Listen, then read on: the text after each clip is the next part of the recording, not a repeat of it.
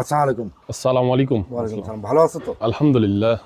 যাই বা হোক, গরু নিছো ভালো করে দেখি শুনিয়া সুন্দর করিয়া মানে দর্শকের জাতমান দেখতেছে। আমি আমি জাতমান দেখেই গরুটা কিনছি, জি কারণ গরুটা আমাকে অত্যন্ত ভালো লাগছে। আর আমি বেশ কিছু খামারে ঘুরছি, জি কিন্তু আপনার এই গরুর মতো আমি পাইনি। জি আমি মানে যেমনটাই চাইছি ঠিক তেমনই পাইছি। তো গরুটা গাব আছে এবং জাতমান কোয়ালিটি আমি মানে খুবই ভালো লাগছে। তবে অন্যান্য কোনো খামারে আমি এরকম পাইনি।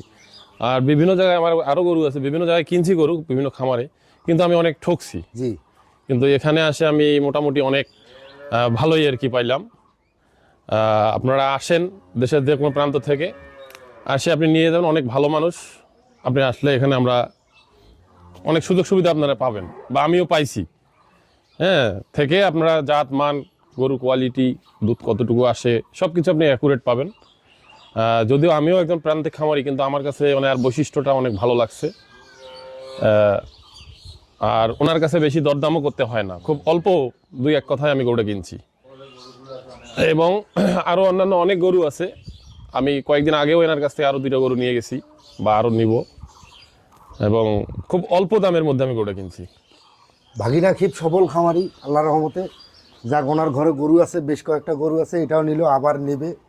যাক, আল্লাহ রহমত করুক, উনি খিপ সুখে শান্তি থাক। গরুটা নিয়ে খুশি তো? আমরা খুশি। আমি দামে নিচ্ছ গরুটা দর্শকে বলে দাও। এটা আমি নিচ্ছি 3,10,000 টাকা। 3,10,000। উনি ভিডিওতে ছাড়ছিল 3,50,000, কিন্তু আমি ওনার কাছে ভাগিনা হিসাবে জোর দাবি করে আমি 10-15,000 টাকা কম দিয়েই আমি গরুটা কিন্তু ওনার কাছ থেকে নিয়েছি, খুব অল্প সময়ের মধ্যে। আচ্ছা আচ্ছা, আসসালামু আলাইকুম।